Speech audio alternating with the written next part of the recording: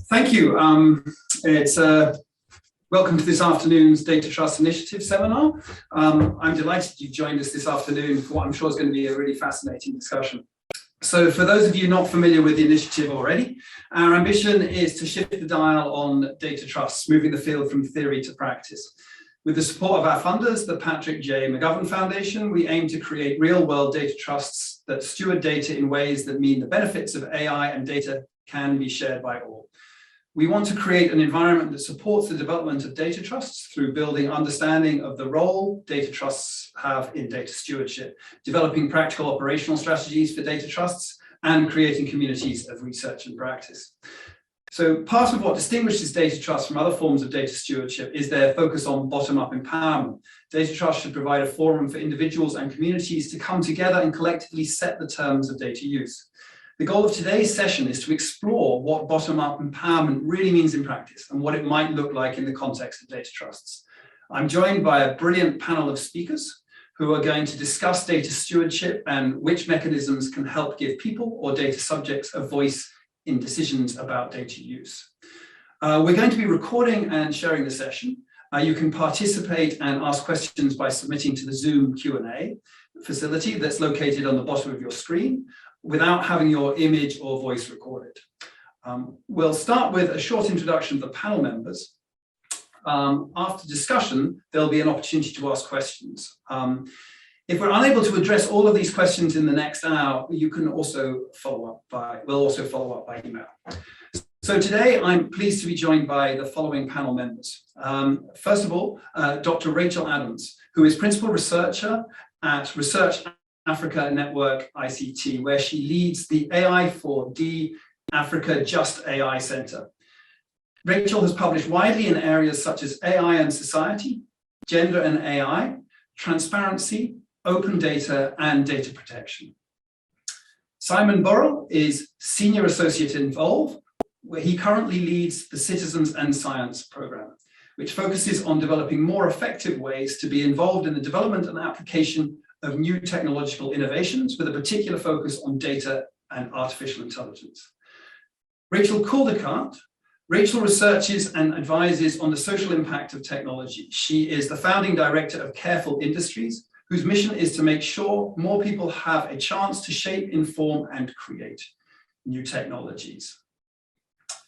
So without further ado, I think we can turn over to our first speaker, who is Rachel Adams. Can you share? No, sure. Thank you, Neil. It's lovely to be here. And actually, I was saying before you came on that often an African perspective comes afterwards. So I was assuming to come, second or third. So actually, I think it's lovely that we are starting here. So I want to give a bit of a background to a research project that I am working on with Researcher ICT Africa to assess the extent to which and in what model and structure this idea of data trust is relevant for an African context.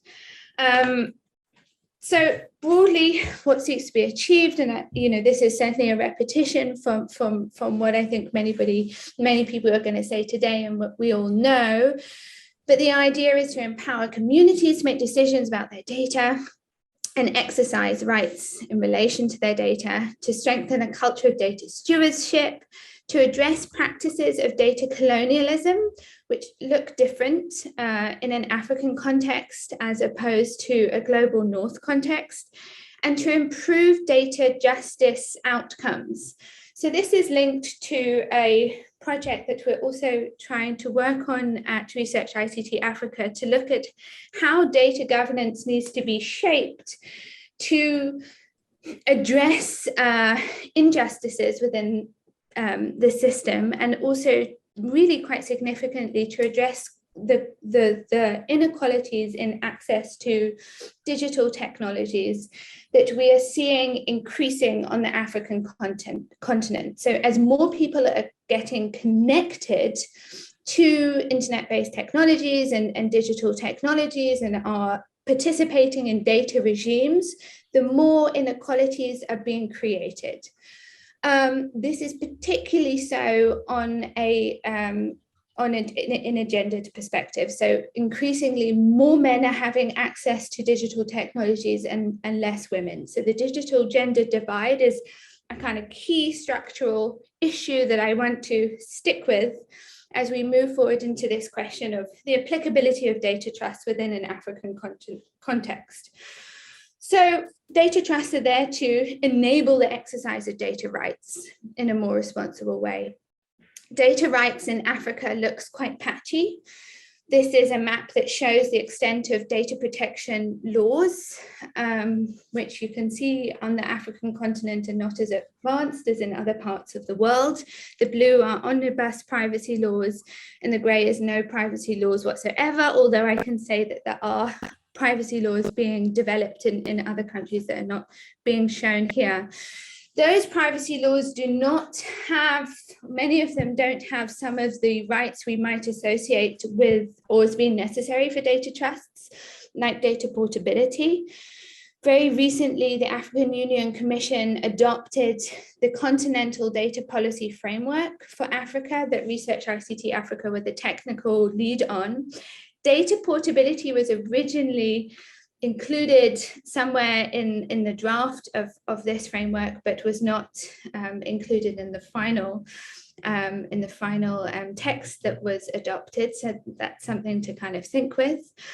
And then I just wanted to point to increasing policy trends around the idea of data localization in terms of, which is thought of in terms of ownership of data, control of data within a jurisdiction, and how this is at odds with the notion of data stewardship that underlies the idea of data trusts.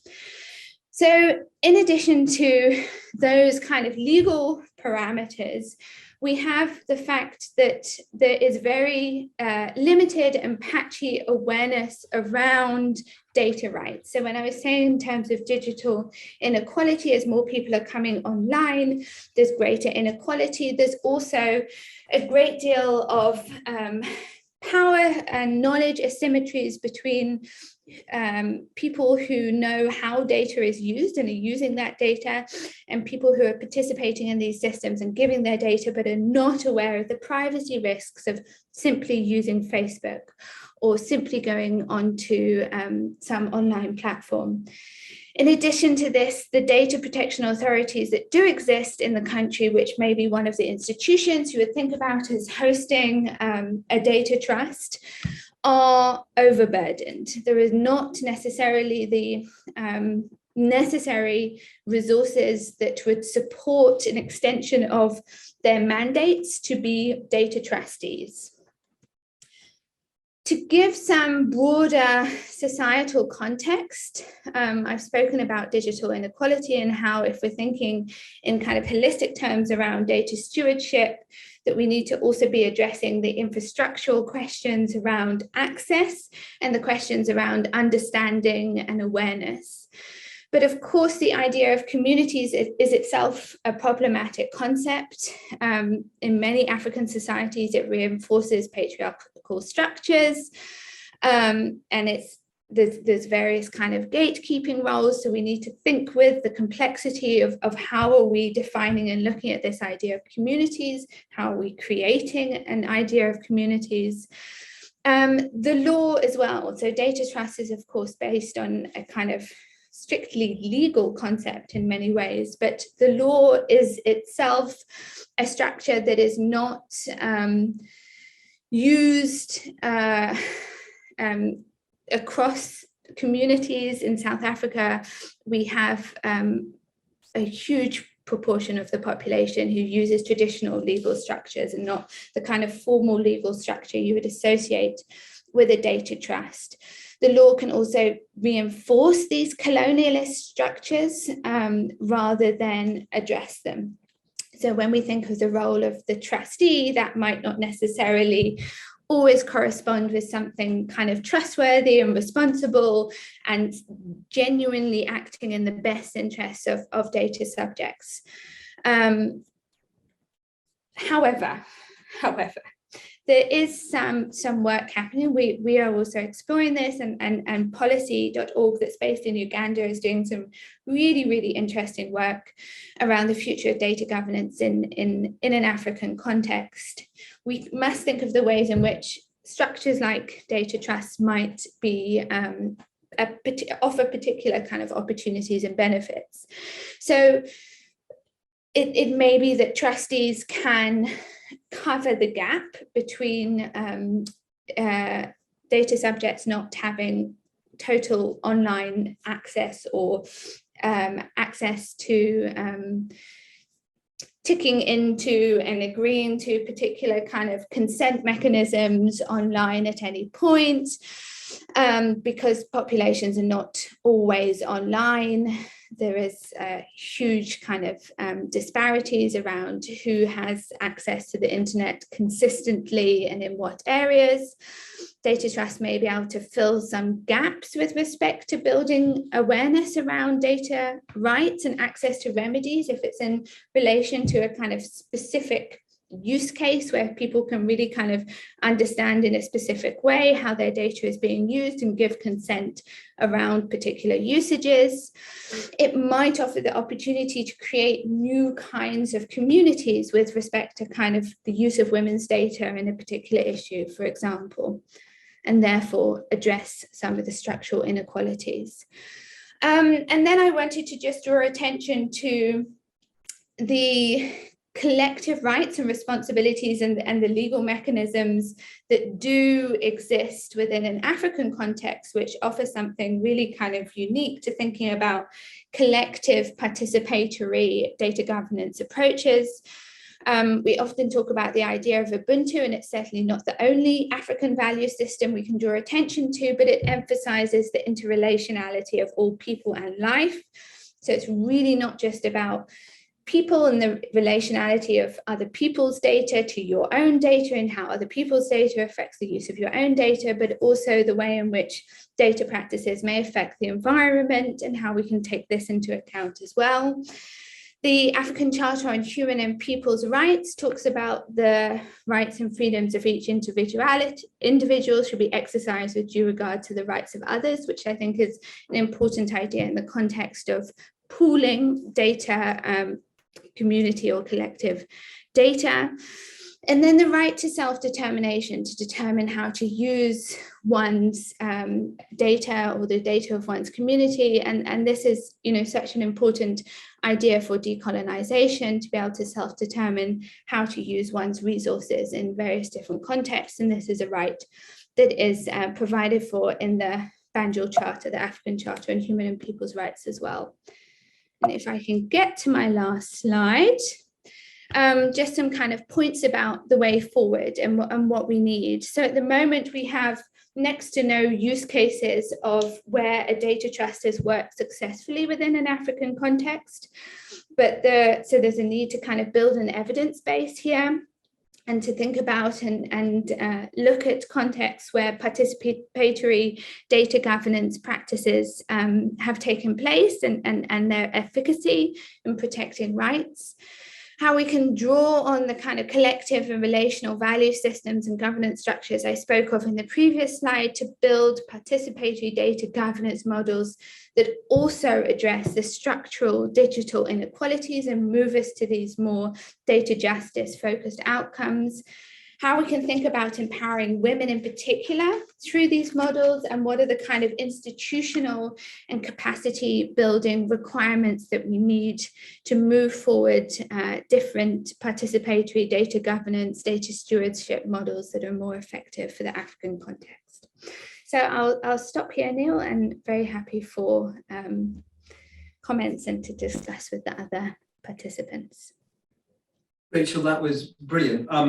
I think we're going to go for questions at the end, but I really enjoyed the fact, and it should never be Africa last, because you just did an amazing job. I think so often in the African context, it's the case that you're having to start from the ground up and look at everything, and you demonstrated how powerful that is in terms of going from the practical difficulties of doing these things to the realization of what might be possible if they can be achieved. I really enjoyed that. Rachel's advocated for sort of people-centered beneficial AI innovation and building local capacity and awareness in South Africa. We're going to go over to Simon next. Simon is going to challenge whether bottom-up empowerment is desirable or even possible. He's going to suggest that when we're thinking about data governance, we need to be more realistic about the role of the public. It sounds fascinating. Over to you, Simon. Oh, I think you're muted at the moment. Thank you for doing that. It's sort of kind when someone does it first. Yeah, great. I'm glad to be of service. I was just also about to say that I'm a practitioner, and I always feel slightly kind of nervous talking to an academic audience, and so just kind of want to say this is definitely from a practitioner's perspective. So as you've already said, I'm going to be arguing that I think bottom-up empowerment is the wrong goal, particularly when we're talking about kind of institutional data sets. And to kind of spring my punchline on you already, what we really need to be doing is thinking about trustworthy governance. And so what I want to do is kind of talk to you about where I'm coming from, first of all, kind of the work that Involve has done and I've done over the past 10 years, and then kind of go back to kind of a bit of basics from a practitioner's perspective about public engagement, and then think about, well, what does empowerment mean, and therefore what are the implications of this for data trusts and data governance. So that's what I'm intending to do, if I can get my PowerPoint to move forwards. So first of all, let me tell you a little bit about Involve. Involve is a charity. We've been going for 15, 16 years, and our focus is on making decision making, bringing the public to the heart of decision making, and to do that we think decision making needs to be more open, participatory and deliberative, and that would apply equally to data trusts as much as it would to any other form of decision that we might be focusing on. So, as I said, we've been doing quite a lot of work over data in the past 10 years, and I kind of think it might be helpful for you just to very, very quickly see where I'm coming from. So we've been doing lots of work with lots of different bits of government around engaging the public at national level, with the ScienceWise programme around emerging science and tech, and over 10 dialogue projects, deliberative public dialogue projects on data, data ethics, genomic data and so on. Delivered a digital ethics panel for the Government of Scotland, and delivering some work around kind of engaging community groups in a process we're calling distributed dialogue with Camden, helping to develop a data charter that we can then take back out to communities to think about, well, how should data be used and when, and what's happening to my data.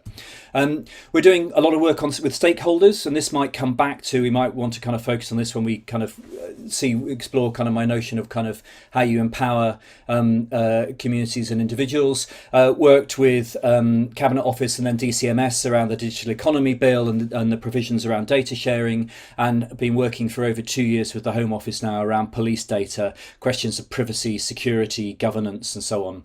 And then kind of work that I'm going to be drawing on is working with the Liverpool Civic Data Cooperative, and I can see in the participants we've got Gary Leeming and Ellie Fielding from Liverpool, so going to be drawing a lot on the work we're doing with them, and then with Scottish Government, both around working with stakeholders but thinking about how do you embed engagement, what does good governance, good strategic engagement look like to inform decision making. And then finally doing a lot of thinking over the past 10 years, how do we define questions of public benefit, how do publics do that, and then also working with ODI around data trusts, and again we'll be drawing on that work.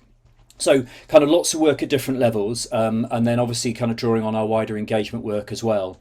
So thinking through the kind of foundations of kind of bottom-up empowerment, what do we mean?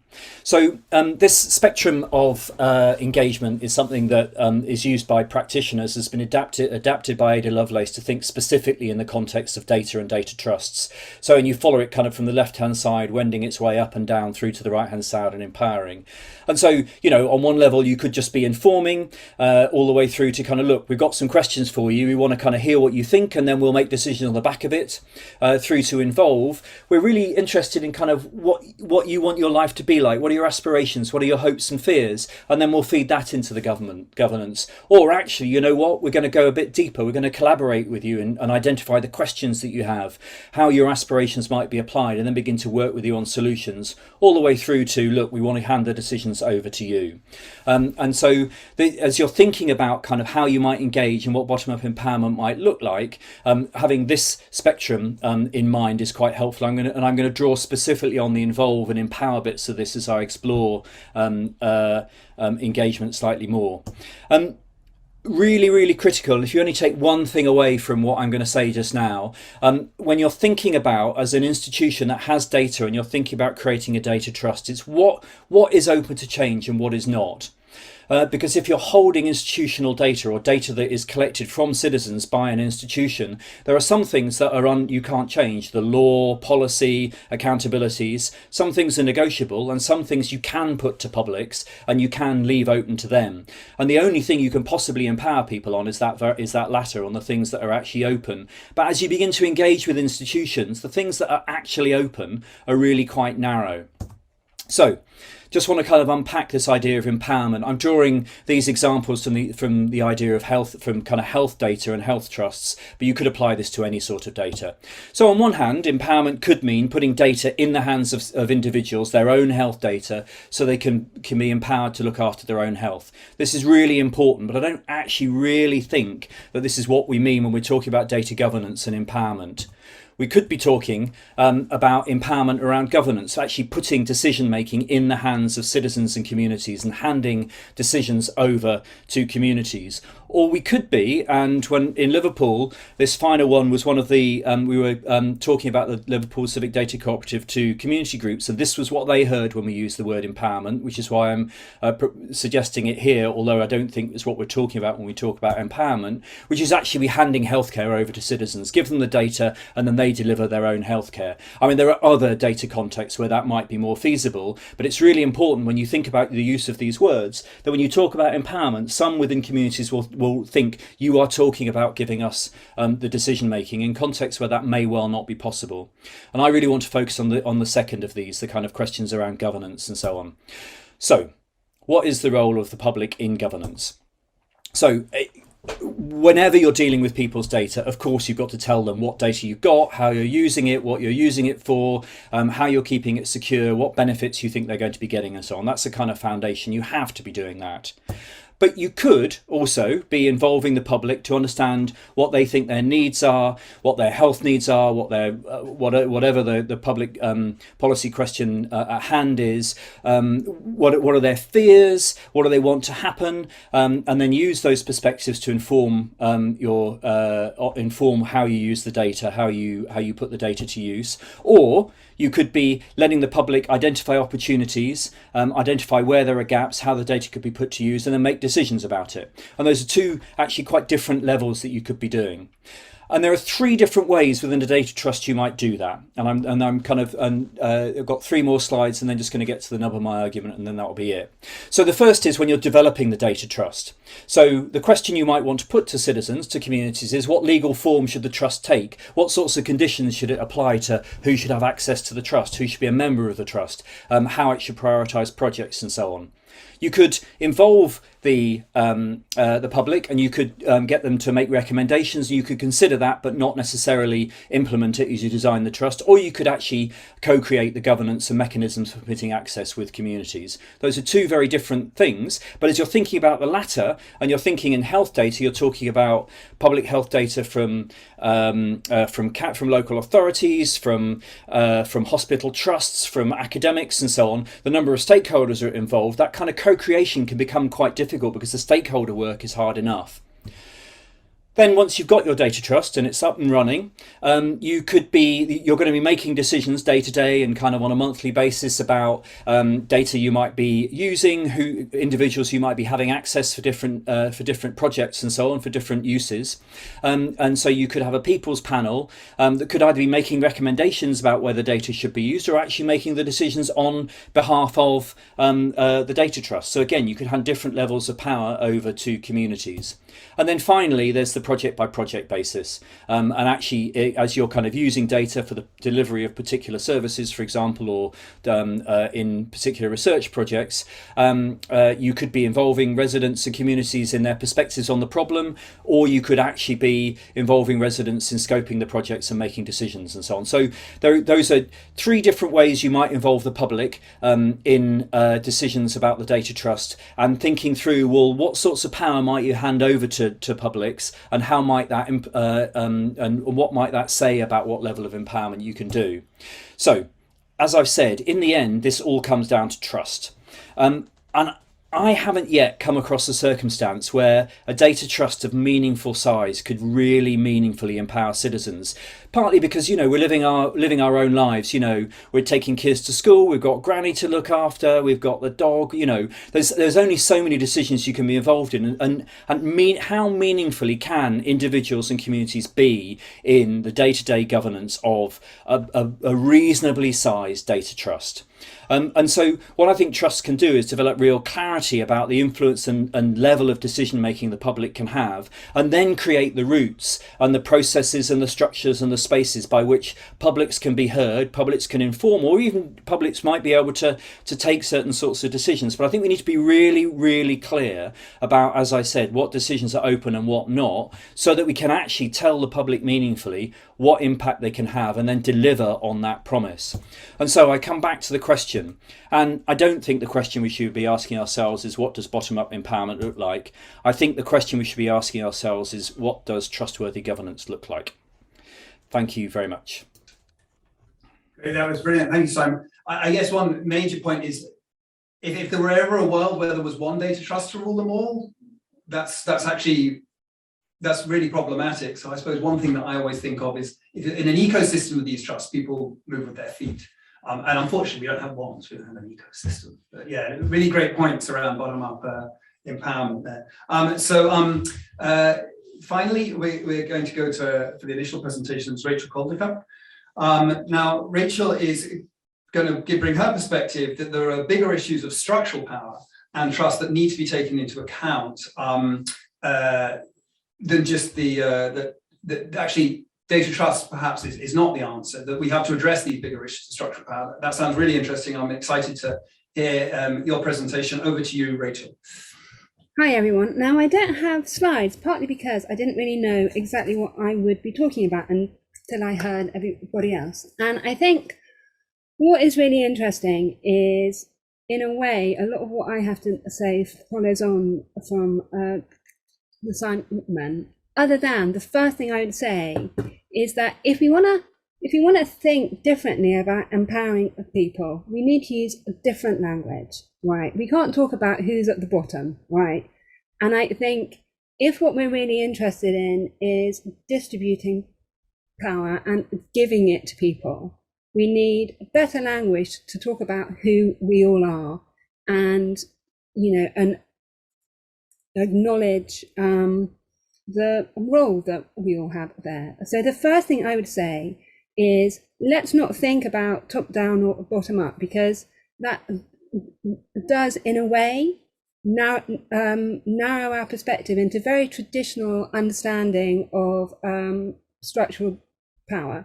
You know, that there are those who know and those who don't, and that actually what I'm much more interested in is starting to think about, what does a patchwork look like? What does a genuinely trustworthy environment that does different things for different people at different moments? And I think, just drawing on something that Simon was talking about, I think the first thing to understand is there is not a public, right? There is not one enormous a single group out there who are all the same. And I think if we really want data to work for people, we need to start by thinking about the people it isn't working for, and the people who are not reflected in the system. And if I go back to some public research I did in maybe 2018, 2019, one of the things we've found there is most people who are in the UK, who are not having to deal with massive issues of inequality or poverty, don't really care about data. They're mostly trying to get through the day in the easiest, most frictionless way possible. And most of those people only start to care about data when something bad happens, which means that what we're looking at then is kind of much more, you're looking at interventions that look a bit more maybe like the online the safety bill, where everybody's running around saying these things have gone wrong, how do we mend them? And that tends to mean culturally we're very bad at thinking about and modeling what data looks like when it's working. We've got loads of examples, for instance, of like if you're a person in the UK who might be receiving benefits, you have a high level of incentive to disengage from any data collection, any data aggregation, because the way you're being surveilled is not in line with your rights, you know. And so why would any kind of other way of aggregating data make it easier to you if you don't have that level of faith in the system? And it became kind of really interesting, this mismatch of how even people who are working with the data all the time don't really know how to talk about it. So I did a piece of work around the time the national data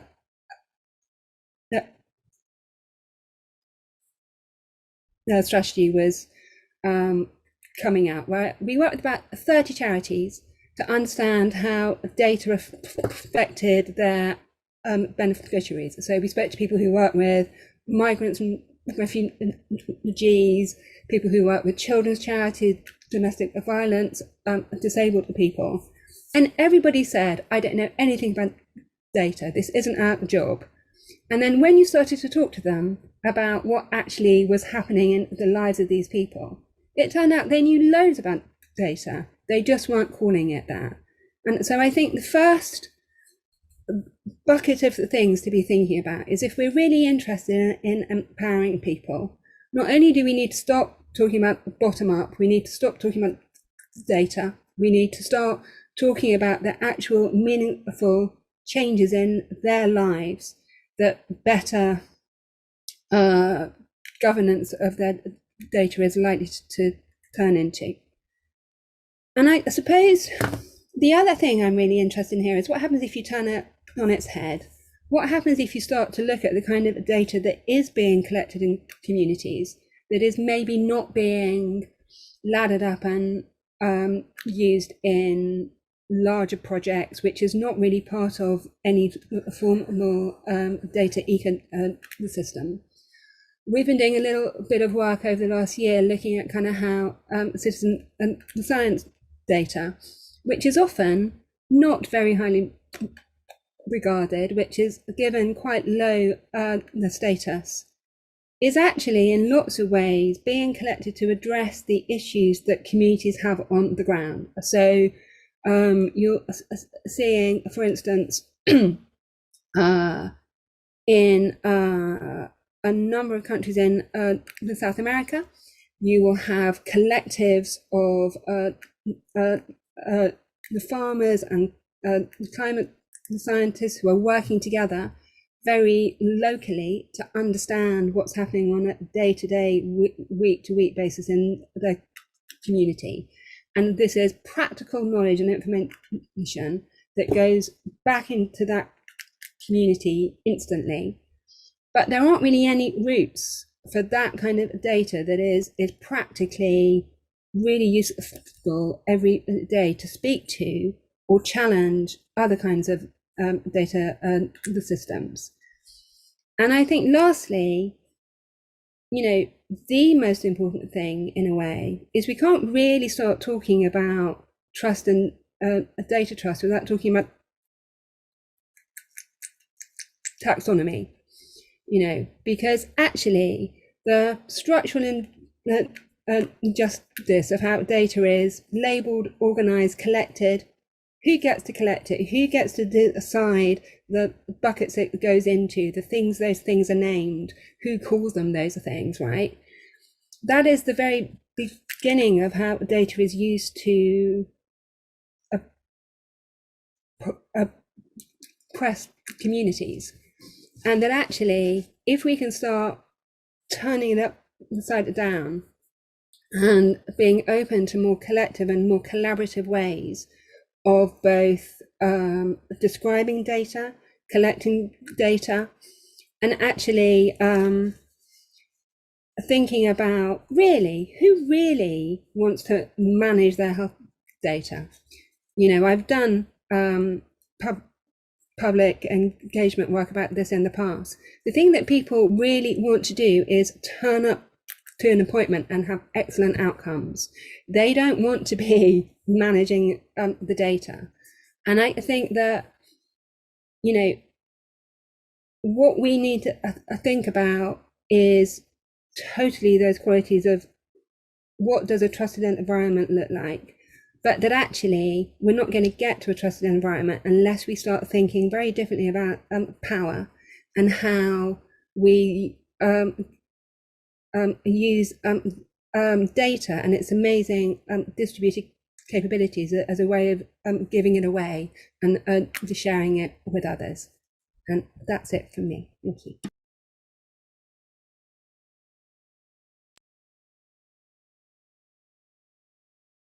Rachel, and how well the three talks chimed together. I mean, maybe a better term would be non-patriarchal data trusts. The point taken about the notion of being at the bottom. I mean, I guess the notion there, though, is to try and avoid exactly one of the things I think Rachel was talking about, Rachel Adams, at the beginning, and perhaps like to come back to her for her reflections on the other things she's heard, because I think everything everyone has said to me are the challenges of doing data trust in practice.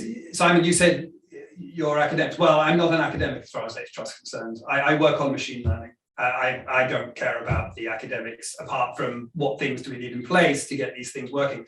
And I thought you beautifully characterized some of the challenges, and also there was some tensions actually, Rachel Coldicutt, in what you said, because at one level you're absolutely right. We need people to understand how their data is being used and what these mechanisms for. At the other end, we also need to look at things like taxonomies and how they're being used. But the communication job of communicating to people who don't have a good sense about the language we're currently using, about what this taxonomy may mean for them in their everyday life, when, as you exactly say, all they care about is getting good service in terms of their healthcare outcomes, is a major challenge. But it really also came out, as I said, I want to come back to Rachel Adams, because I think that was kind of the heart of the dichotomy that you presented at the beginning, that there are all these ways in which this could go wrong, all these ways in which it could further embed problems, that people don't have time to care about this, but at the same time, you pointed out all the potential that might fall from it. So Rachel, your thoughts on what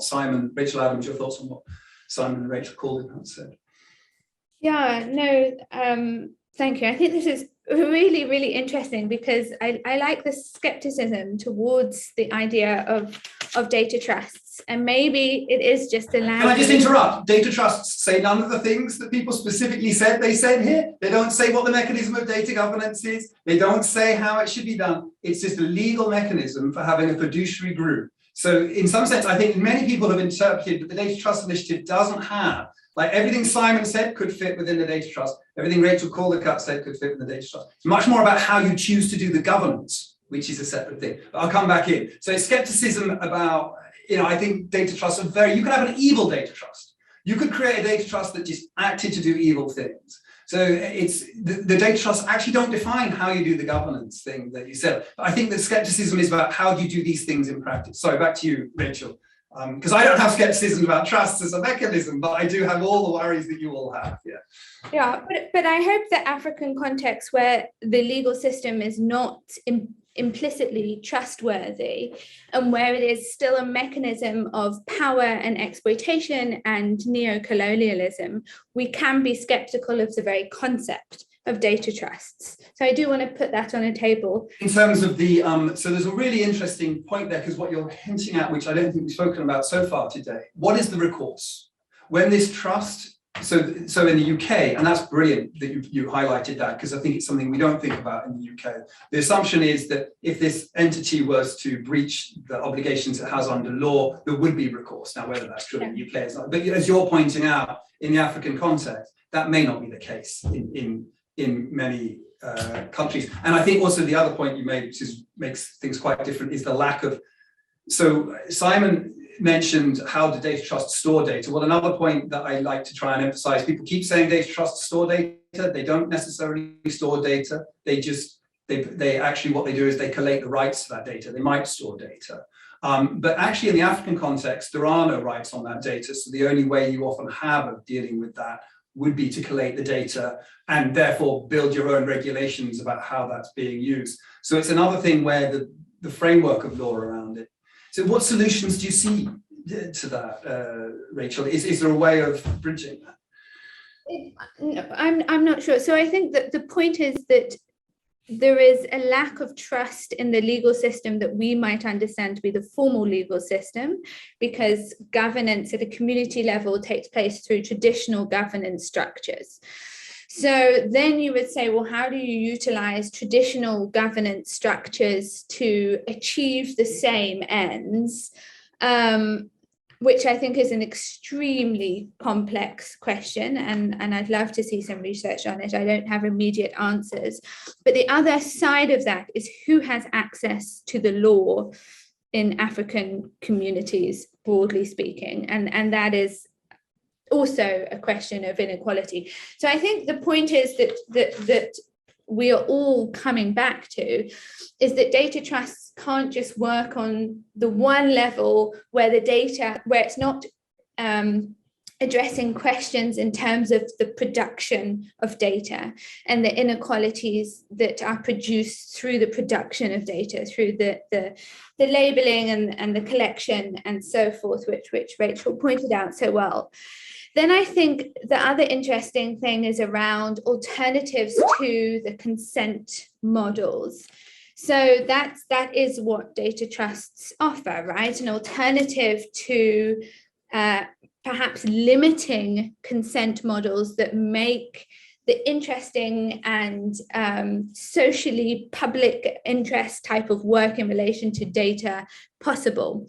So in the South African context with our data protection law, there's been a lot of concern that broad consent is simply not possible. You cannot reuse data more than once. You can only use somebody's data for the precise purpose for which it was collected, which then means that on a legal level, a data trust might help solve some of the limitations of data protection laws, which have this kind of very restrictive consent model. I think this becomes particularly important in a research context, with something like biobanks, for example, but we just have to be careful of the kind of power strategies and issues involved there. So yeah, I just wanted to kind of echo absolutely what Rachel was saying in relation to kind of the structural issues and how those can be addressed when you're dealing with a structure that seems to kind of be at a secondary stage in the kind of life cycle of data. And I agree with Simon about creating trustworthy governance, but this looks different in different cultural contexts. So actually, that's a great segue, because I was going to come to Simon next, and sort of, because in some sense, when you lay out these challenges, as you've all done, you know, they seem irresolvable. So like it feels all a little bit hopeless, given the tensions between, I think, what you've all been saying, and actually embedded tensions in the roles that we would like to provide. On the one hand, they have to be simple and efficient. On the other hand, they have to deal with these highly complex things that are going on in the background. Personally, I feel that one route out of that, and we could come to some of the examples of data trust pilots we're looking at in a moment. I'd love to hear from Natasha Nicholson, who's in the audience, who's involved in the Brixham pilot. I don't know if Jessica Bell's also here. Simon, I'm sort of curious, in everything you outlined, I really loved your framework for these are the sort of things that your data governance has to involve, at the levels at which it could operate. Really brilliant. Do you have an exemplar? I think that perhaps these tensions can only be resolved in the context of a particular role of the trust, like it's for health data or it's for civic data, it's to try and help people do this.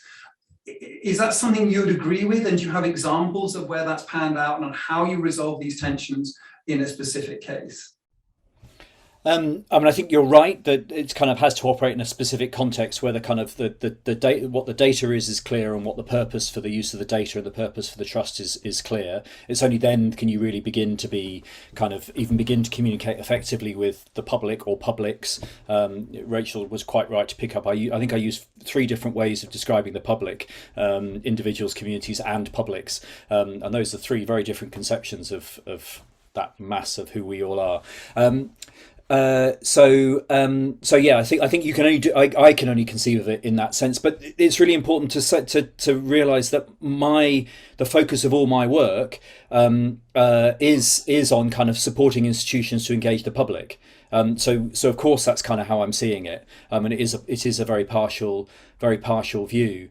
And I think what my view is informed it by is, 15 years of working at Involve, or 13 years of working at Involve, and engaging with stakeholders and seeing quite how difficult it is for stakeholders to shift their view from an inside view to an outside view, because the politics within institutions and the politics between stakeholders are so complex and challenging and tense that it can be very difficult to get agreement at that level, even about what the purpose is or what words you should be using. When Rachel, when you were talking about the kind of taxonomy and the kind of the ways that we're kind of describing citizens potentially and very often being against their interests, well, that would be one of the things I can't imagine the groups of stakeholders that I work with wanting to be open and transparent with publics about the taxonomy that's being used in the data, precisely for the reasons that Rachel was saying. So, there are all sorts of reasons why, when you actually get down to it, when senior stakeholders say we want to have this data trust that's going to be all out and involve citizens and empower citizens, when you actually begin to talk to them about what it really means, they go, well, we couldn't tell them that. We can't involve them in that because we've got to do this. So there's kind of there's tensions at all sorts of different levels, and there are intentions that can't be borne out by the legal structures, the political structures, and so on that actually exist around data. I could bang on forever, but I think I'll stop at that point. I think that's a really great point. And I mean, one thing that we haven't mentioned so far that I think several of us involved in this see as absolutely critical, but isn't an answer in itself, is the role of the data trustee. So, or the data intermediary. Who is the person that, so in my perspective, the empowerment comes by trusting other individuals to make those decisions on your behalf. And the question is, how are they incentivized to do a good job on that? And fiduciary responsibilities in trust, the thing we're leaning on, Rachel Adams's points about whether you can rely on that being taken in mind. But the core idea being that you're trying to incentivize an intermediary to speak on your behalf and hopefully communicate on your behalf in some of those ways. Yeah, I mean, I suppose one of the things that is really interesting is, what is the process that shores up those trustees? And so how can this be democratic if it's not democratic? It's a very basic question. And that, I think particularly if we look at the last sort of 30 years, how the kind of the public relationship to trust in technology overall is going, it seems really important that we introduce not just data governance, but actually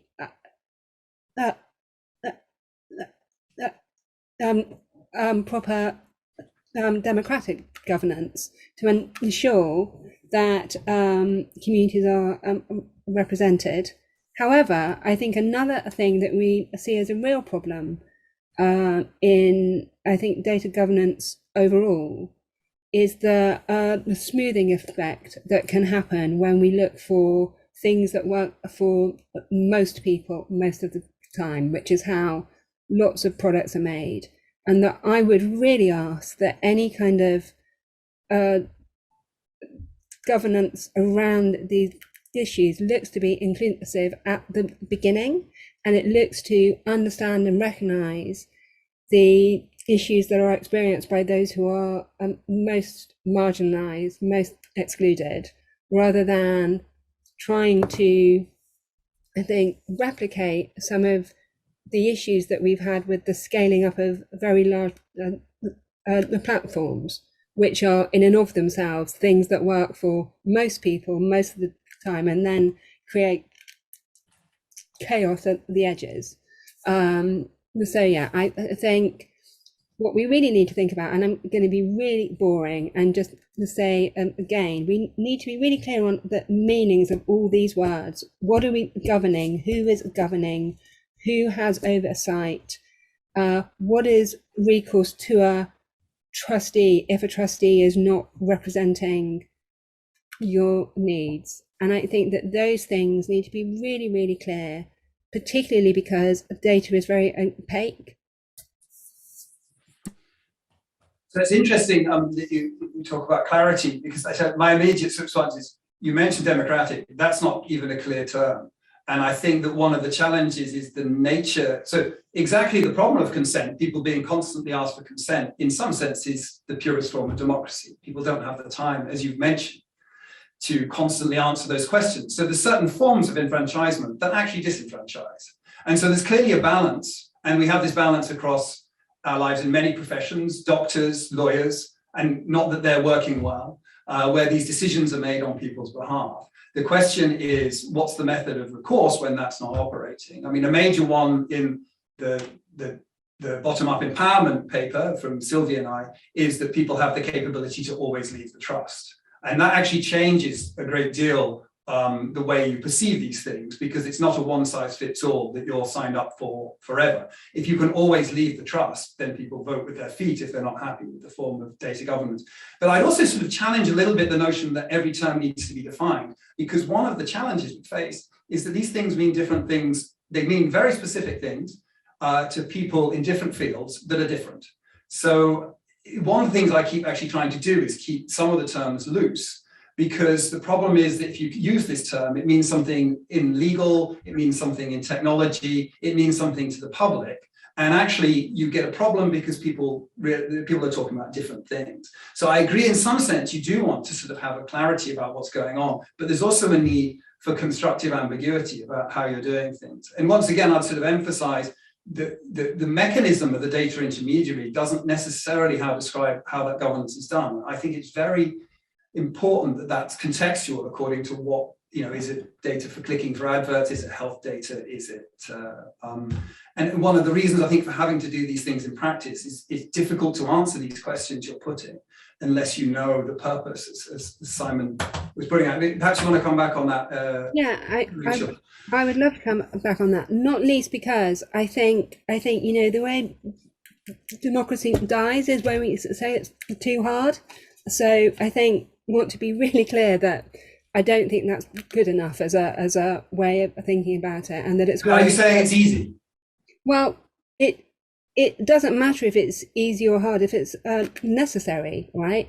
And that I think the other thing is, through the work I've done looking at public understanding of data, I would say that there's a difference between there being a technical problem between experts not being able to reconcile language, which is a professional issue that professionals ought to be able to deal with, because that's how collaborating works, which is different to bringing clarity to people who are not data experts, who live with uncertainty, who have no context to imagine these things. And so I think we live with data uncertainty constantly, and I think making governance something that leverages uncertainty is like the sort of the beginning of a recursive nightmare in which we can just to interrupt, the governance mechanisms are within the data trust. So the data trusts are a meta mechanism. They sit above. So if you formed a data trust, you would have to be clear about your governance. And I think this is a common confusion. Data trusts are not specifically a system of governance in themselves. They're a system that allows people to evolve systems of governance that they use appropriate for their community, certainly in the way that Sylvia and I described it. So I'm not saying that we need uncertainty around the governance. I'm saying that it's challenging to sort of use very specific terms about such a broad entity when there's many solutions. Simon, you want to come in? Unless Rachel, you wanted to. I just want to ask one question, which is, does that mean as a member of the public, say, I might be a member of multiple data trusts that do that work in completely different ways. Yeah. And it's up to me to work out what that means. And that's a really interesting question. So in some sense, and there's some really, that's actually where some technical challenges come up. Yes, is the first idea for that. But then there's questions about what that means for your data rights. So like, is it possible to give the same data right away twice? And this is the sort of technical questions which do become academic.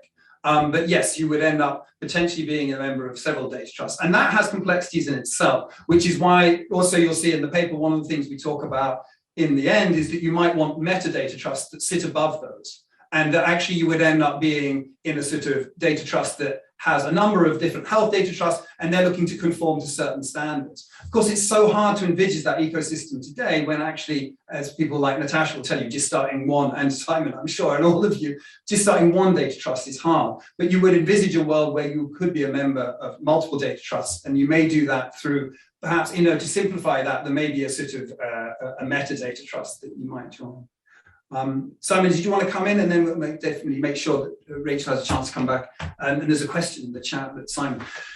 I'm a beneficiary of the policy of having choice around schools. And that's a relatively simple task choice compared to the choice around data trusts, and it's almost impossible for me to. The choice isn't meaningful for a start. And the sorts of information I need, and then to think that I'd be able to make choices around hospitals and around various other things. The kind of complexity of choice for individual citizens seems to me to be almost impossible, actually, in reality. Which may be why you're talking about meta trusts. The thing I want to come back on though is this kind of wanting to keep constructive ambiguity around terms. I really strongly disagree with that, because when you're inside a system, trying to negotiate with senior stakeholders from across, with very different accountability mechanisms and connections to democratic structures, very different legal purposes and so on, and very different uses of the terms. The ambiguity about the terms is the place they hide in order not to give away power. And so I'm not saying that I wouldn't be saying that we need a uniform global definition for these terms, but an individual governance structure, be it a data trust or whatever, needs to have a shared between the stakeholders definition of the terms, because without that, the ambiguity allows the hiding of power. And actually, it's in the negotiation of what do we mean by transparency? What are we going to be transparent about? What does engagement mean? It means something very different to a comms perspective than to a community development practitioner, for example. And in those differences in definitions is exactly the question of what power are we going to be giving to individuals, to communities, to publics, and so on. And so, no to constructive ambiguity. Just to re-emphasize, I said that the constructive ambiguity is at the level of data trusts, which is the meta mechanism.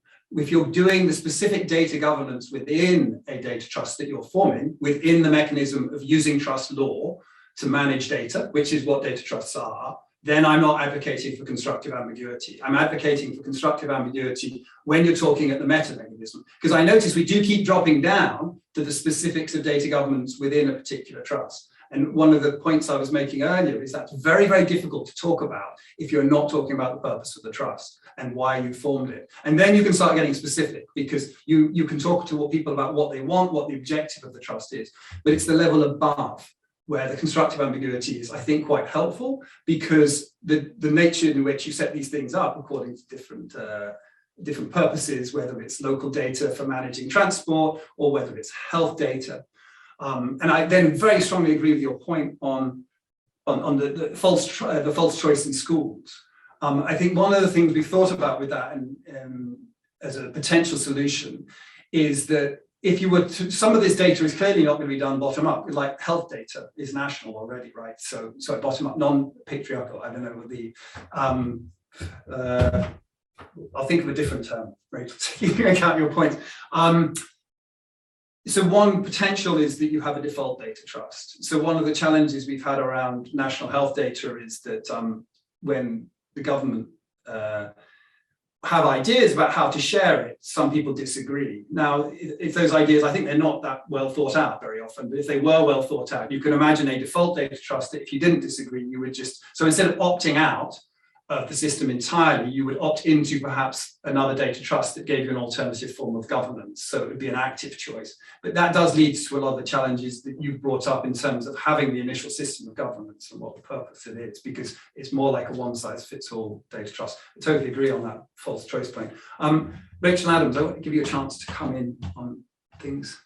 Sure. Thank you. I just wanted to kind of come in on this point about the new burdens it creates, particularly if you're thinking about a kind of whole ecosystem of data trusts in which you place the different information in relation to your life. It sounds like it could be ever more complex and place new burdens that, as Rachel has spoken about, is really particularly burdensome for those that cannot shoulder any more burdens because they are already impoverished and so forth and so on, which is just particularly the case in the African context.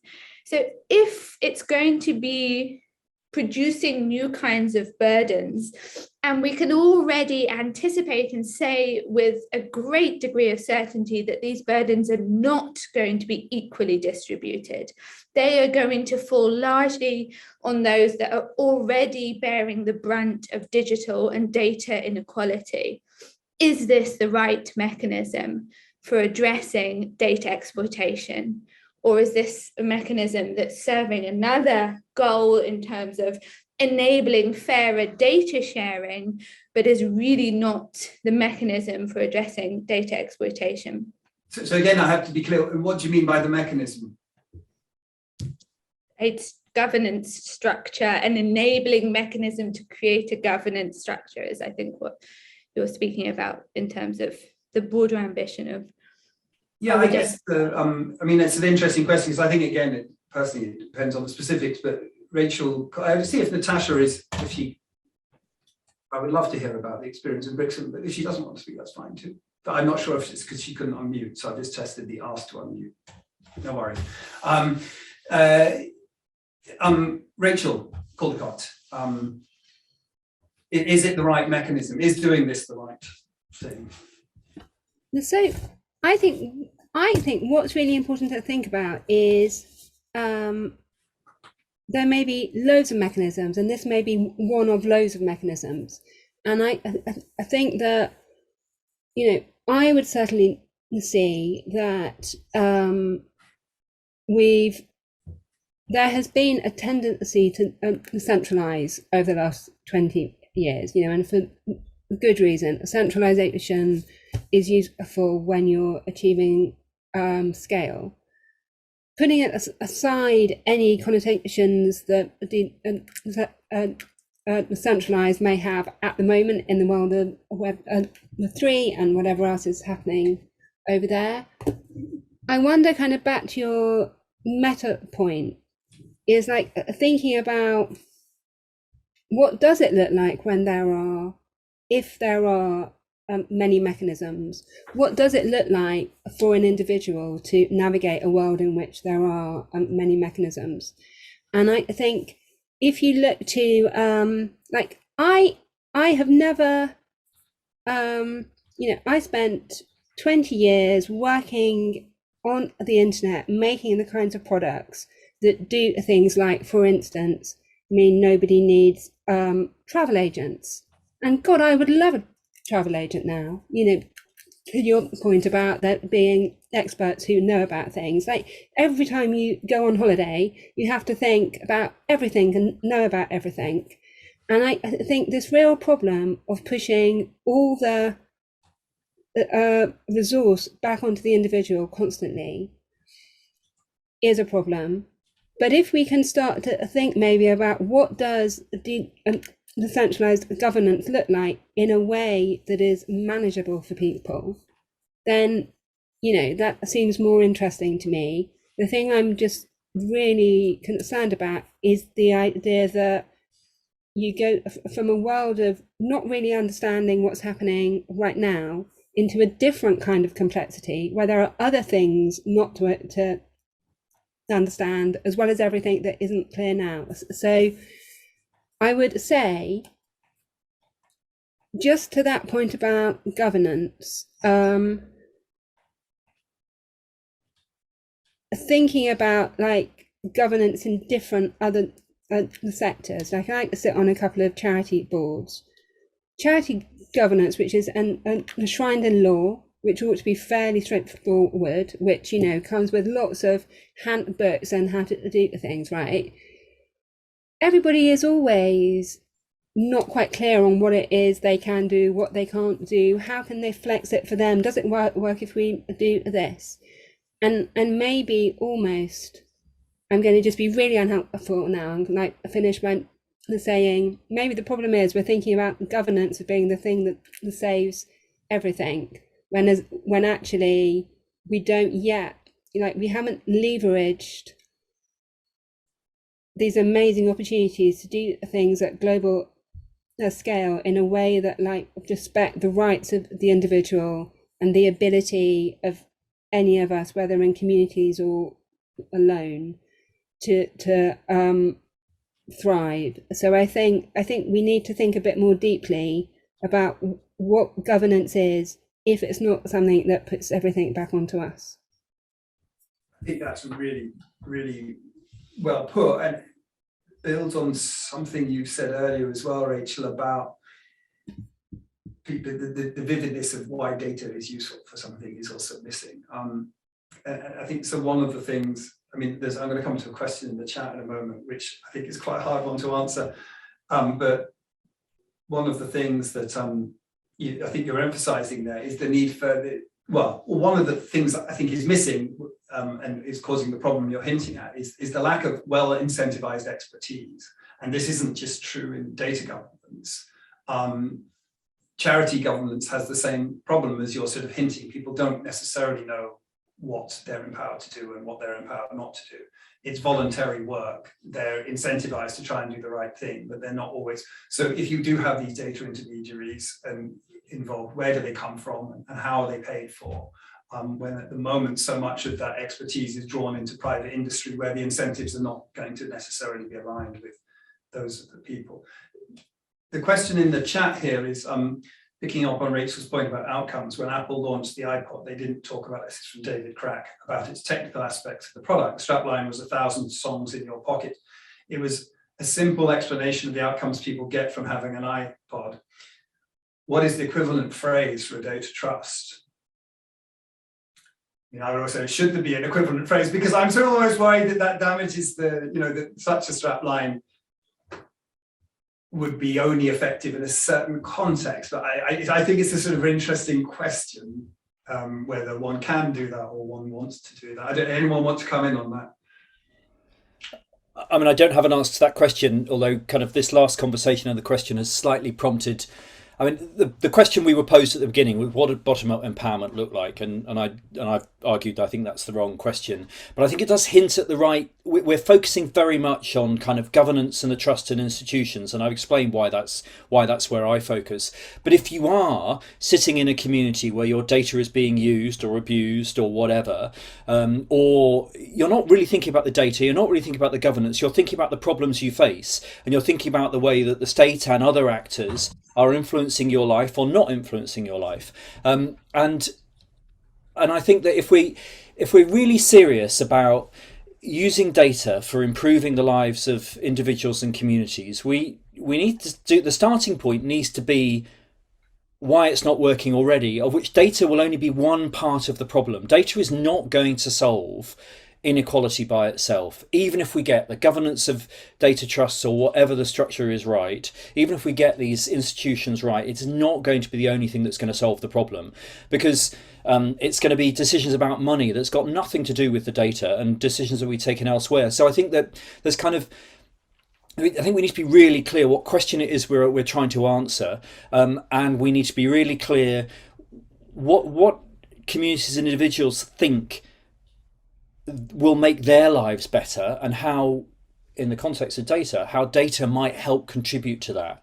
And I just think it kind of feels like we're answering it the wrong way. And so, I mean, I have to admit, I'm really struggling with this concept of a meta trust. I don't really understand what it would do, and I don't really understand how I, as a citizen, would kind of interact with it, and what it would mean for me in the context of health data or anything else. And which is kind of what's taken me to this. Let's start from where individuals and communities are. So I'll just clarify that. So it's not a meta trust. Data trusts are a meta mechanism. So they're giving you certain routes for legal recourse that involve enhanced responsibility, fiduciary responsibility for trustees. So if you have data intermediaries, which I think is something that we assume is because I think some of the reasons that Rachel Coldicutt was mentioning, you want some experts supporting you. You want to make sure that they're correctly incentivized. And trust law provides, is quite different from sort of normal law in terms of the enhanced duty of care and the notion of undivided loyalty that such trustees would have. So the point is, whatever the data governance mechanism they chose, the methods for recourse for challenging how that data governance is being enacted are stronger than if you just use contracts. And that's the notion of the data trust. So the way in which that data governance is being deployed is a matter, could be more or less democratic. I mean, all the challenges Rachel Coldicutt's brought out. I think also, Rachel Adams has also raised the sort of thing, well, there are certain jurisdictions where you don't even believe in that method for recourse. But the data trust is really proposing that mechanism to provide a method for recourse. And then it's also sort of saying, so that the use of the bottom-up term is there to sort of say, it must be participatory governance. It shouldn't be something that someone else is imposing on a group of people. You could use trust law for that as well. So that's why we use the term bottom-up trust, but we'll have to think about that given Rachel's very valid point. Rachel Adams, come across to you if you wanted to come in. I don't know actually. I'm really interested in this question that Simon raised now about what are we trying to, what is the problem we're trying to address? And of course, I'm really kind of thinking of it within an African context where that kind of guarantee of legal recourse does not look the same at all. So yeah, nothing more to add at this stage. I'm just going to check the questions again. Sorry, let them drop off my screen. Oh yeah, Rachel, you commented there. So the risk is without answering the above question, you end up discussing the number of angels on a pit. It's absolutely the case, David. And I think that that's why we're so keen to be talking about this within the context of pilots, and that's why we're funding pilots, because otherwise you do end up doing that. And I think unless you start thinking about what the purpose is, you don't, my feeling is that there's chicken and egg in terms of what the strap line is around that purpose. I think that's really great point. And I like your framing. So Rachel Coldicutt saying, I really like the framing of making the value proposition. Absolutely. I think that you also made that point in your talk. Yeah, and Simon, you're reinforcing that point around that the answer is going to depend on what the particular circumstance is. I think that there's a really but sort of coming back to I think the real challenge that you set us, because it's one of the things I love about the African context is it's a distillation of the issues very often, because they come through stronger. You know, where there's a potential failing, then often the way in which that failing could manifest itself, you can see it stronger in the African context than others. And I think one of the particularly things that's interesting there is when you talk about indigenous groups whose data has, for a long time, actually already been misused. There's a famous data set known as the Pima Indians data set that never had the permission of the people it was collected from. It's a diabetes data set that actually we stopped using in machine learning, but it was used for years without even people questioning that. And I'm sort of curious, if drop the whole notion of data trust, drop the whole notion of what we're talking, and just talk about that type of community empowerment, because it's something that I think people have actually started thinking a lot more carefully about, both in North America, Australia, and Africa, I presume South America, I'm less aware of it. What type of mechanisms are people talking about there? Ruth, a junior research fellow, here in Queens, was the other day talking about how our entire system of governance imposes tyranny on groups that didn't actually sign up to it or accept it in the first place, and have now been forced to adopt it. Rachel Adams, do you have comments on what can we be inspired by there that might lead to a way forward? Well, yeah, I mean, I think it's clear that that Africa is seen as a huge kind of rich data resource, particularly biometric data, all sorts of different data. But the communities, and even to kind of use that term is far too monolithic, but firstly, don't take the data. Let's not just rest on the assumption that we really need everybody's data and we really need to be collecting data and we need to do everything we can to ensure that the collection of data can continue, because that decision should rest with the communities. I do think that there is good histories of practice and bad, but good in the research context, where there are many communities that have been researched and involved in kind of research projects where personal data is collected and used for a broadly public interest related goal. And the standards that have been developed around how you educate and involve communities in the research project, you know, what would you like to get out of the use of this data that we're collecting? What would be useful for you? Do you want to be contacted again? Are you happy for us to use this data? But effectively to empower communities, I think, you know, not dissimilarly to how Simon was speaking about the different ways in which you can engage communities on their data, but use it as a point of empowerment through education and through shared learnings between researchers and community participants and so forth. But I think the critical thing is not to assume that we need to be collecting data in the first place. I think that's a great point, although there's a counterpoint that would come from the medical community is a lot of these communities are massively underrepresented in the data we use to make decisions about treatments. As a result, you end up with a situation where you're making treatments, you're enhancing digital divides around your treatment practice, because the lack of representation is also problematic. You know, in fact, it's one of the major problems we tend to see at the moment. So there's another tension. I mean, and perhaps the answer is we just need to engage more and get more data out. But I don't know, what do you think? Yeah, I mean, I think at the same time, there's many communities that are not using those medical solutions and have traditional forms of medicine. So the point is to kind of engage communities from the outset about what is valuable within your value system from what we want to do. Yeah, and it's more conversational. Rachel Coldicutt, you've not had a chance to come in a bit. So. No, I was just nodding absolutely to all those things, and I think that's really important. And one of the things I was just wondering about is that, of course, maybe the best proxy that we have in the UK would be the Coldicutt guardians in the NHS, you know, for a trustee. And I think it's really worth thinking about the enormous governance structure they operate within, you know. So just to contextualise, and you'll know more details, but the Coldicutt Guardians, the National Data Guardians come from the Coldicutt report, which was reacting to some of these, I think reacting to care data, am I getting that right? And these national data guardians who have this kind of data intermediary role, acting on behalf of the public. Give us more detail, Rachel, because some people may not be aware. So one of the things that is really interesting is I believe, and someone might be able to correct me, that there is a guardian for every trust. And if you go to a hospital appointment, you are likely to see a picture of the guardian in the waiting room.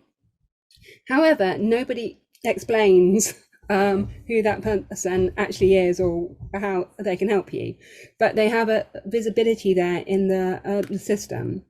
And actually, you know, they create a huge amount of change behind the scenes.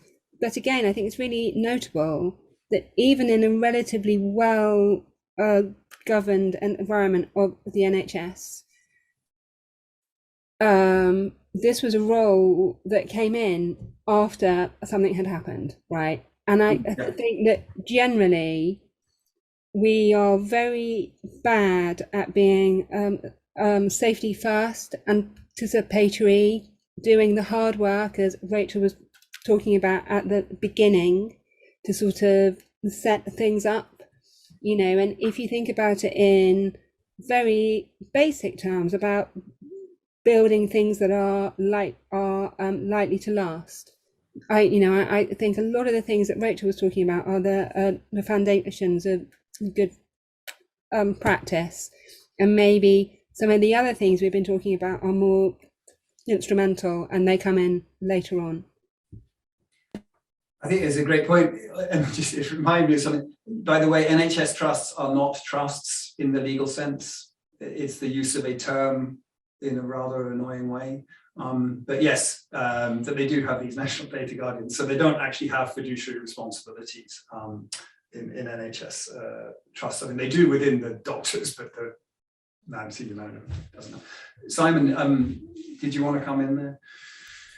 I mean, I think kind of wanted to come back to kind of Rachel's point about kind of the risk of kind of smoothing and kind of creating trusts that kind of smooth and work for the majority and not for the minority.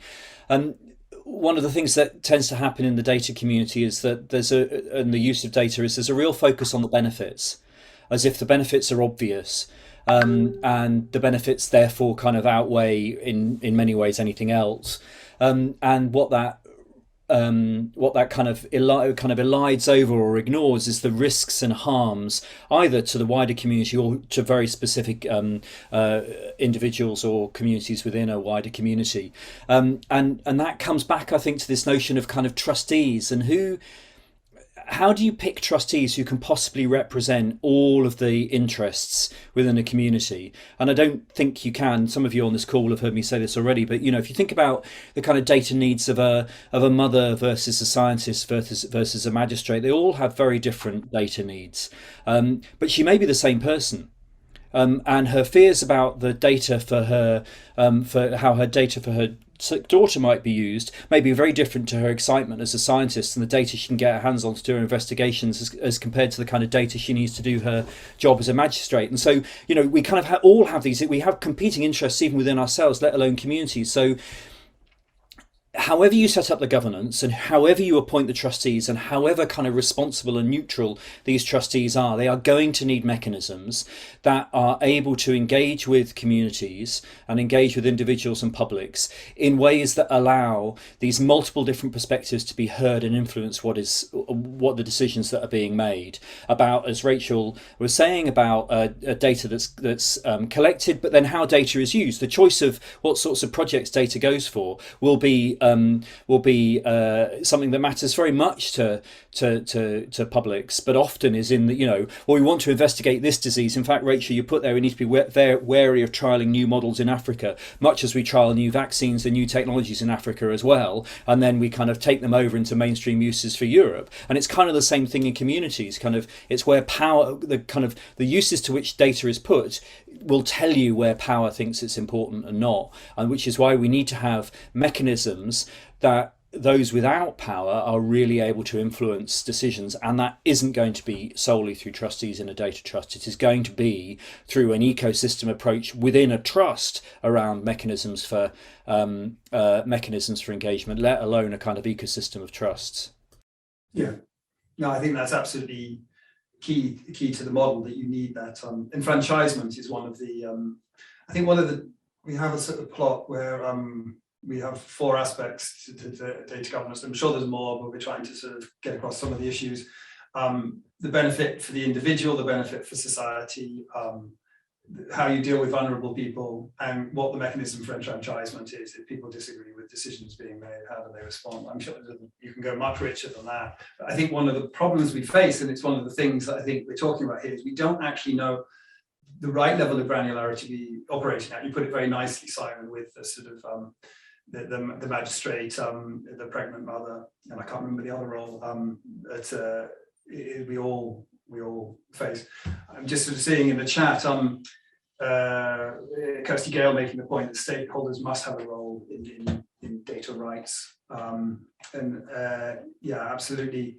I think that one of the areas we're kind of interested in is to what extent can aggregated use of data rights actually influence how society looks at these things. So if you did have these entities operating, aggregating multiple data rights together, can you push back against the way that these things, platforms impose the use of our data on us and actually change not just the way people are being treated individually, but the standards we expect for our personal data at a more international level, again, but still reflecting the worries I think Rachel Adams has brought up about how does that affect very, very small groups. We're approaching the end of time. I don't know if anyone had a final thing that they wanted to sort of say. Rachel Adams, quickly. Sorry, just to say No, that not sorry at all. Go ahead. traditional communities are by far the majority. So I'm talking about the majority, not the minority. Yeah, This is, worldwide. Yeah, definitely. Brilliant. no, yeah, but here as well. So yeah. Yeah, definitely. Yeah. So that was really, really good. I really enjoyed everyone's contributions and some of the issues that came up. It's been a fascinating conversation for me. I certainly hope it's been as fascinating for everyone in the audience and the other participants. So I'd like to thank panel members and participants for their contributions.